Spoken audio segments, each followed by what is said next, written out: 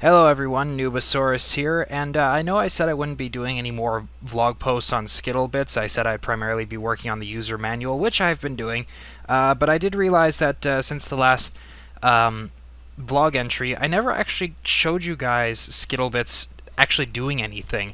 I mean, there was that small little program that I showed you a while ago, but I don't really think that counts.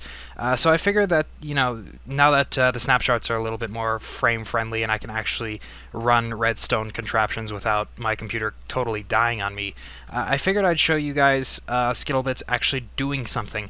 So for this video, I decided to have SkittleBits run the Fibonacci sequence.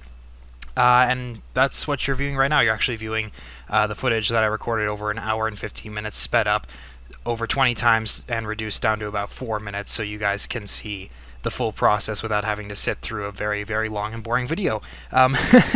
So yeah, that's what I've been up to, and I gotta say, it works great now. But I do want to say that whilst I was actually making this program and testing it, I was constantly running into bugs and errors in the system. And that's actually something I wanted to talk to you about real quick. I did notice that a lot of the times, especially in SkittleBits, every time I would run a program, the memory would sometimes bug out in that, like, cells that were next to each other would sometimes swap their values or even duplicate each other's value. It was really weird, but the point being is that my memory kept losing data and it was ruining my programs.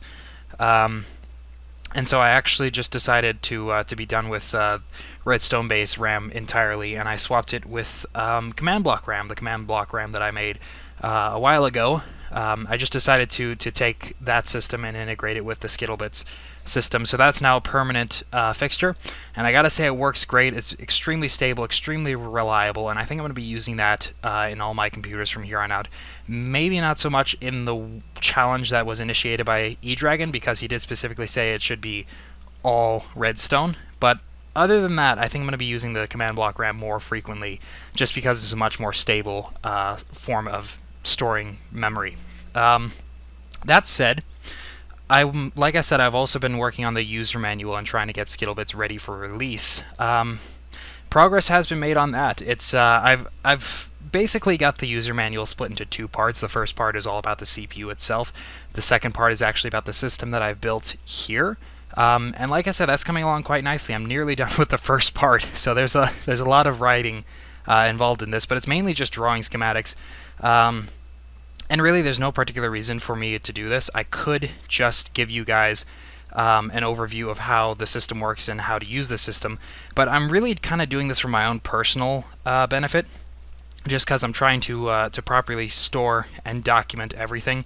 Not only just because it's nice to have, but because if I ever want to review this system, I don't want to have to go through and crawl through my wiring and figure out what I did. I'd like to be able to just reference a document that I wrote, a while ago and understand or re-understand how my system works, because I tend to forget things. Like, I will build really complicated things and I'll forget how it works, and then I come back to it later, I'm like, well, how the hell does this work, So I'm primarily just writing all this down so that the next time I come to it, I can, if I ever come back to it, I can get a proper understanding of it relatively quickly. But it's also for anybody who may be wanting to get into building computers themselves.